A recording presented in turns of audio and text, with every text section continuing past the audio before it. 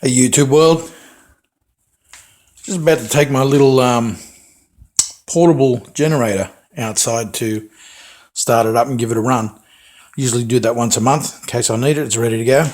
So yeah, I thought I'd just get the phone out and record a little, basically a review video. Let you know what this little thing's like. I think it's pretty good. It's a Stormcat brand. Purchased through Harbor Freight Tools here in the United States. Little two-stroke unit. It is 900 watts max power, but 800 watts constant running. That's about its capacity. Little 63 cubic centimeter two-stroke engine, and that's probably the only downside. Being a two-stroke, you're going to have a little bit more odor to the exhaust. You're going to have a little bit of smoke once in a while. You got to mix your fuel and oil together. And two strokes are noisier, quite a bit louder. They call these a camping generator. I've been camping for a long time, but I don't like the idea of taking a generator camping. I think you go camping to get away from all that.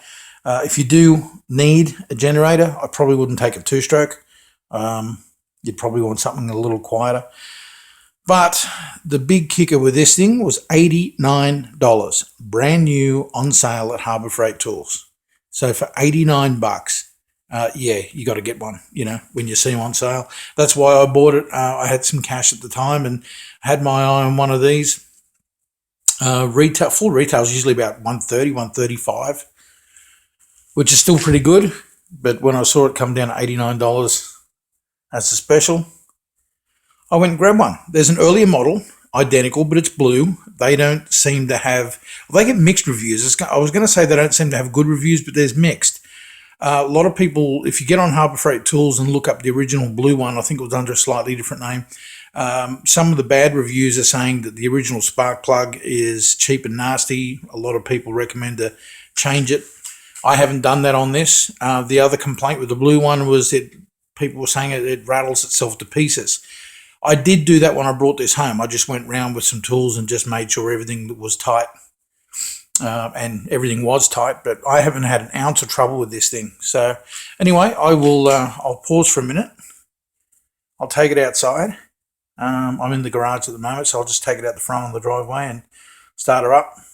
And I've got a little 2.5 gallon shop vac that I'll plug into it, which technically is overloading this thing, but at least I'll be able to flick the switch and you'll hear it run under load. All right, see you in a minute. All right, guys, that's him running with no load. So as I said, being a two-stroke, it is a little noisy, but hey, $89. So now I'll turn on the shop vac.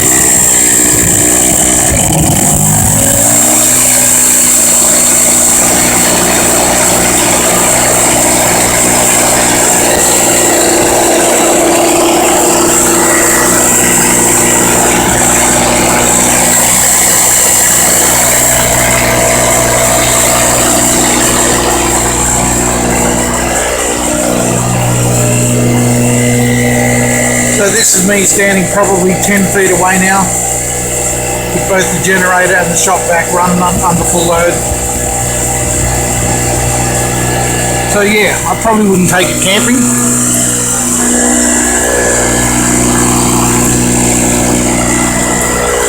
Now that you've heard it running, I will shut it down and I'll head back in the garage and finish off with a couple of closing comments.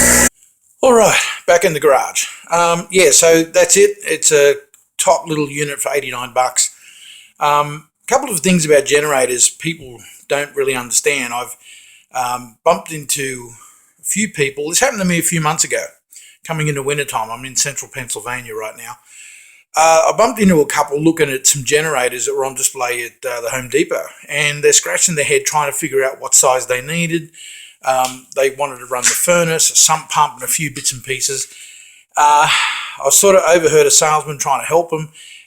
Yeah, and really no clue. You can look at all the guides, but it really comes down to a mathematical calculation, which is pretty simple. That shop vac is 8 amps. All right, that's the current that it draws. 120 volts here in the USA. So it's simple math. All you do is, if you need to multiply into watts, because most generators are rated in watts. Okay, so you multiply your voltage current, which is 120, times the amps that the electric unit will draw. So the shop vac is 8 amps. So you simply 120 times 8, or other way around, 8 times 120, whatever you want to do. 120 times 8 gives you your watts. Now, doing the math on that, technically, this generator shouldn't handle the shop vac. All right, the shop vac is over the top, is requiring more watts than what this generator is creating. But as you saw, it did it. Okay.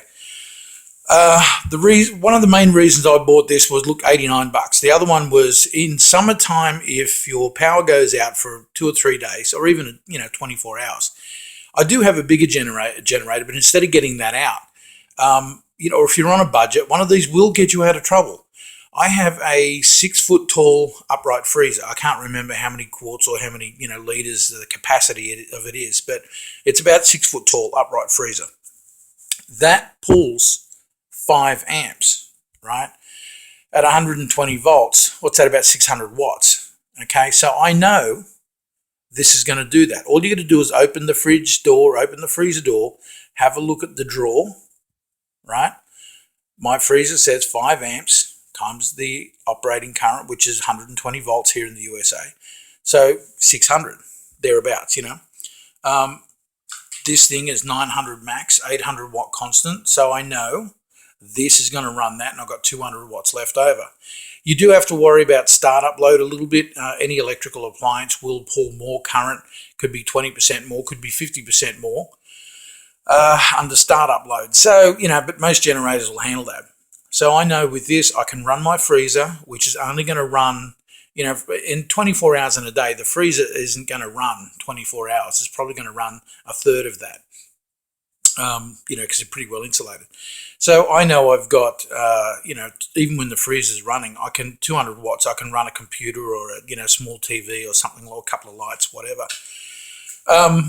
So yeah, simply if the power's out for a few days, you run your freezer, you'll hear the generator back off and just run at a normal idle. When the freezer stopped running, unplug it. As long as you don't get into the freezer too much, that freezer's not going to run for another few hours. So then you can use the generator for other stuff. Plug the fridge in. When the fridge stops running, go back to the freezer. You know what I mean? So you're going to be fine. Also, another little trick I do is, in my freezer, I carry the empty windshield washer fluid bottles. They're sort of flat 1 gallon bottles, not the round ones, the flat ones. I keep a few of them. I keep about 6 of them in the freezer. I fill them not quite full with water after I rinse them out. Now, obviously, you can't put potable water in there. You're not going to drink it.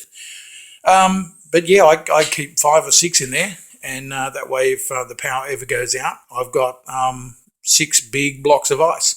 I also use them for, I throw them in the cooler to take to picnics and parties and shit like that. So, but yeah, if power goes out, first thing I do is I go to the freezer, I pull 2 out, and I put 2 in my side-by-side fridge, one in the freezer compartment, one in the fridge, and I put them up top because cool air falls. So as long as you do that, you tell the kids or the grandkids, in my case, to stay out of the fridge. You get a third one out of the freezer, put some drinks in a little cooler, and you're good to go.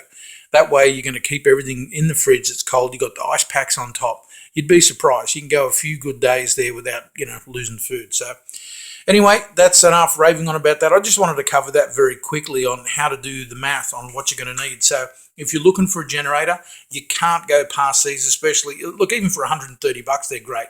If you find them on sale, keep an eye on Harbor Freight Tools. Highly recommend it for $89.